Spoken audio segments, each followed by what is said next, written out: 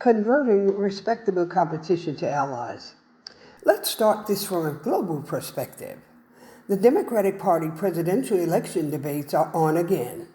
I was taken aghast again as I noticed that the very signs that made the Democrats lose the last election begin to rear its ugly head. You see, if it were true that Mrs. Clinton's voters outnumbered Donald Trump, yet she lost because of her lack of enough seats, then it is clear that the Democrats have a lot of work to do cleaning their house of bitterness and inviting forgiveness to calm the waters so that they can focus on what truly matters, election victory. The 2016 debates led to some bitter rancor between the Bernie Sanders and the Hillary Clinton camps. Unfortunately, no amount of appeasement could get Bernie to endorse Hillary, so that his followers were left confused for a long time, waiting for him to either endorse Hillary or contest as an independent. I do not remember him officially committing to either of these options. Clearly, he could have secured some legislative seats for Hillary, as those who were avowed in opposition to her could have voted to her just because Bernie said so. That is what lost that election for the Democrats. Clinton could not convert him. President Obama had no clue. Unfortunately, the same demon has beset them again in the 2020 debates with the accusation of Bernie by Mrs. Warren to the effect of calling her liar on national television. Even as Mr. Steyer tried to say hello to Bernie, you can see his response and body language was about being poised to fight.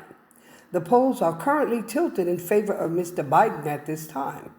Yet, whoever wins the Democratic nomination needs the powers, blocks, and constituents of all these frontrunners and others to run again the machine of a united Republican Party. That is not a small feat, but its cornerstone lies in the understanding that there will always be a need for the support of even your avowed enemies in your march to the top.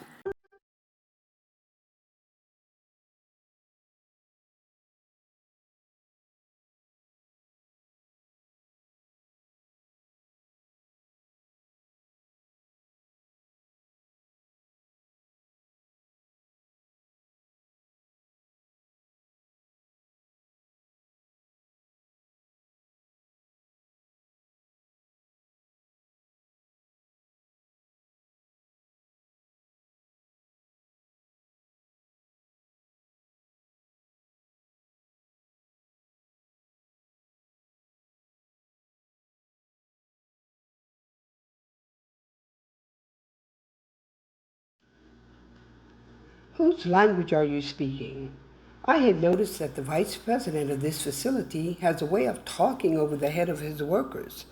When addressing a general monthly meeting of associates, he has a habit of using terms like UCP, PPC, OCI, UPH, and UPI. I challenged one of his managers who I was consulting for why his boss always used those acronyms. How does he expect the lowermost cadre of the workforce to understand what those terms have to do with safety, for example? Those are boardroom level indices. He goes on the same way for other topics that he mentions in the same manner. Someone said that he does this maybe because he is a shy person who is more concerned with saying what he needs to say and getting out of the way of the crowd as soon as possible. Later, I witnessed another major meeting.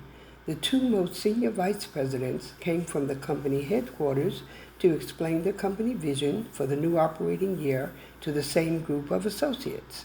They had a concise, beautifully packaged presentation, beautiful slides, and the speakers were very knowledgeable about their subjects. However, at the end of the performance, they asked for questions so that they could make clarifications. No one had any issues, and the presenters were surprised. Then, as they were leaving the podium, I expected claps from the audience for the company's two most senior vice presidents. There were no claps, and even the managers present could not start the clapping. So the senior vice presidents left quietly. I could see the shock written glaringly on the face of one of them. He had his head angled as if he was avoiding looking up as the directors escorted them from the facility. That posture made it clear that he was not expecting that kind of cold response and therefore was severely embarrassed. Then I asked a few of the associates what happened at the meeting. They asked me, saying that they had no idea what the meeting was about in the first place. The associates expected the visitors to talk about the number of people going to lose their jobs. Honestly, the vice presidents had words of praise, but they did not convert that praise to a language that workers understand. The workers expected to hear about annual wage increases, some bonus, or some gifts for doing a great job. None of that was mentioned, and no job losses were announced either. A meeting of this magnitude had not held for at least 3 years. Workers expect big announcements from meetings such as this. Therefore, the words that are somewhat familiar to workers were missing from the entire presentation. People did not understand that the discussion ended when the last speaker finished speaking. They were expecting some other colleague to pick up the microphone and round it up with an announcement of when to expect the next wage increase or the permutation that will be used for the following share of bonuses, whose announcement was already 2 months late, if at all. The associates were excited when the vice president said that the company had emerged from the recent technology transformation stronger despite the challenges. The senior vice presidents were presenting beautiful slides about business direction, a subject for senior managers, not floor workers. I was very impressed by the slides, and I mentioned that to my colleagues. However, all the effort put into preparation did not matter because the presidents did not connect with the audience. They were too remote from their reports.